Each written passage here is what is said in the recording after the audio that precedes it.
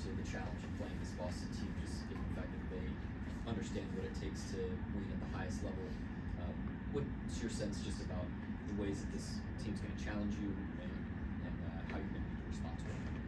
Well, they're all 1 of 82, and when this one's over, we have more than half our season left. So do they. But with that said, the opportunity to test ourselves against an opponent of this caliber is a great opportunity for us. We'll learn a lot about ourselves today. They will as well. Both teams will come out and throw a great punch, and we'll come out of it. Both teams will come out of it better, and so we're really looking forward to the game. It should be a great one. Mark, these are two teams. I mean, maybe you haven't thought about this at all, but a lot of people outside of this building are getting these two as potential finals favorites. I mean, when Shea got asked about the Celtics the other night, he cut the question off to sort of show his excitement for the matchup. Like, I won't ask you to speak for yourself, but the team, have you sensed that sort of heightened excitement for this game from the guys? We're excited to play every night, and I think that's evidenced by how we compete every night. But again, the opportunity to play against a team like this, we want to be a team that's growing through the 82 games and growing through the experiences. And games like this against opponents like this help you do that. Every game can help you do that, but we understand what Boston's capable of. They're a really good team, and again, we'll learn a lot about ourselves through playing the game today. But we're also very present in the season. We're not daydreaming about anything beyond that.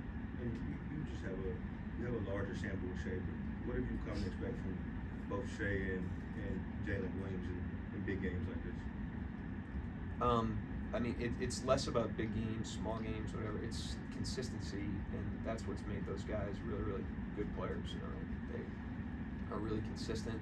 They bring it every night. They rise to the challenges of the game. I think you guys have seen that all week and all season, not only with them, but with the rest of the team. So we really don't, differentiate based on what the game is. Every single game is an opportunity to improve. Every single game is a challenge. This one's a tall challenge, obviously, because they're a great team. Mark, you've had a lot of success with second-round draft picks comparatively. And Wiggins, of course, the latest example with his game the other night. What's the key to hitting on second-round draft picks? And a guy like Wiggins, did you project him to be so much more productive than what people thought? I think the first key is not to look at them like second-round draft picks and just to look at them like Thunder players and not allow the draft position to anchor us into an opinion of them. They once they're here, we start working with them and we let their production and their impact tell us where they are, and we really try not to bring a bias to that. At the same time, we stay open. We don't know. I didn't know, his first training camp that he was going to be able to have this type of impact, but we do try to stay open. Like I said, we don't put a ceiling on players based on where they start. Once they're in an NBA uniform, once they're in our uniform, we treat everybody fairly and we give everybody the same opportunity to develop, and then we take the cues from the players' production and performance and impact, and Aaron and the rest of those guys have done a really good job. Over the past handful of games, post games, you've talked a lot about just setting the tone, setting the pace, throwing that first punch. What sort of key for you guys feeling like you threw the first punch? Obviously getting out to an early lead, but that's not something super controllable. A lot of it's just can we be in character for as much of the 48 minutes as possible. I think the first punch thing's a little, you could throw a great first 5 minutes and then the next 5 minutes becomes important. It's really about consistency over 48 and consistency of our identity. We want to be competing over 48 minutes. We want to play together over 48 minutes. We want to play both ends over 48 minutes.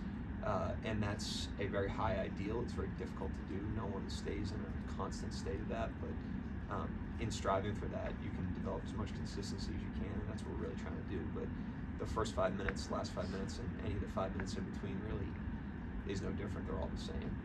Well, Abby. Coming from the outside, with Shea and his ability to drive, I know so much of that is a natural talent for him, but how much of your team is built around that ability, and what does that do for you guys offensively and everyone around him? I mean, obviously he's a head of the snake type talent and player, but over time, dating back to 5 years ago, he's developed a game that has allowed the rest of the team to rise. That's always Barry asked about Aaron Wiggins. The thing that's always impressed me about Shea is how good his teammates can perform. Sometimes the existence of the best player can stifle the growth of other people, and that has not been the case here. Our other guys have really been able to thrive alongside him thriving, and so that's a big thing with him. And then systematically, we've tried to be a team that creates dilemmas, and he's obviously a dilemma, but you can't just have one pitch, and he's also plugged himself into a system that's allowed us to establish threats all over the court. Is there anything that you've learned from watching the Celtics team over the past couple of years with just how they've evolved their offense with like Jalen and Jason getting them on and off the ball, that could like translate to your team? You always, you think about the dilemmas that opponents put you in, and you apply that to your team. That being said, every team's different. The lesson that you learn from them is that they are a great team because they're good at everything, and so I think the tendency is to want to look at them and say they're good because of that, but in reality they're good because of everything. There's a reason they're a great team. There's a reason they've performed as consistently as they have over time, and you can't single out one end of the floor. You can't single out one factor. But Joe's done a really good job. They're innovative. They're bold. They're really well coached. They're connected, and they're not standing still. They push the envelope and are constantly thinking about how to evolve. They zoned Minnesota the other night. Stuff like that. They're definitely not just throwing one pitch, which I respect. I think they're hungry to improve. That's evident in watching them play. Chris? Mark, you guys won 57 games last year. You were a favorite to win the conference coming to this one. You have a marquee game against the Knicks on Friday. It's not on national TV. You got a game here, not on national TV. You don't play on Christmas. Do you guys take any of that personally? Do you get any extra juice out of any kind of perceived slight because of that? We're not overly focused on it because we can't control it. I think the players, like anybody else, they want people to see what they're made of. They want to be able to perform on big stages. I think they have that motivation in them, but it doesn't get in the way of how we compete and how we work every day.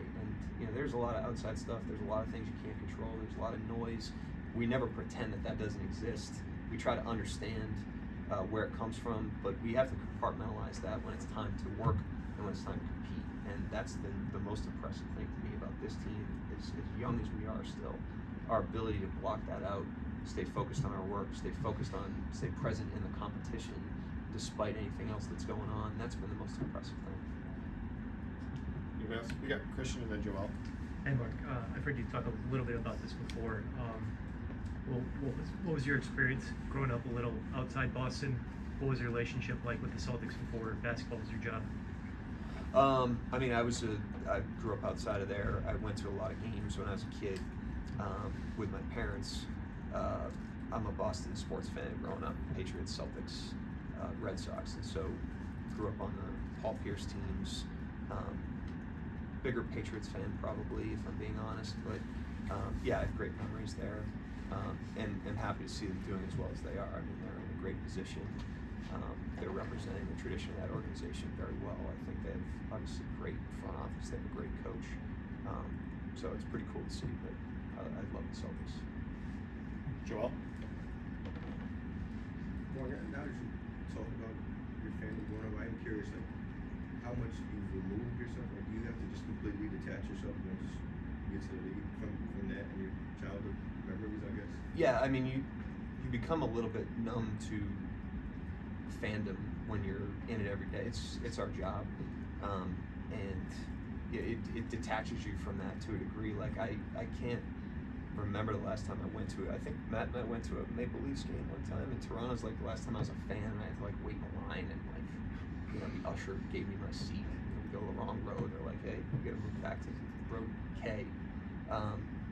And so you do become detached to it. There's not a lot of emotion with it because this is our job, and we're showing up and doing the work every day. With AJ, obviously now he's so well integrated and has such a big part of his team. What is losing him for today? You always just, when somebody's not playing, you just compensate with the aggregate. It's never, I think it's oversimplified to be like, this guy's out, so this guy's in.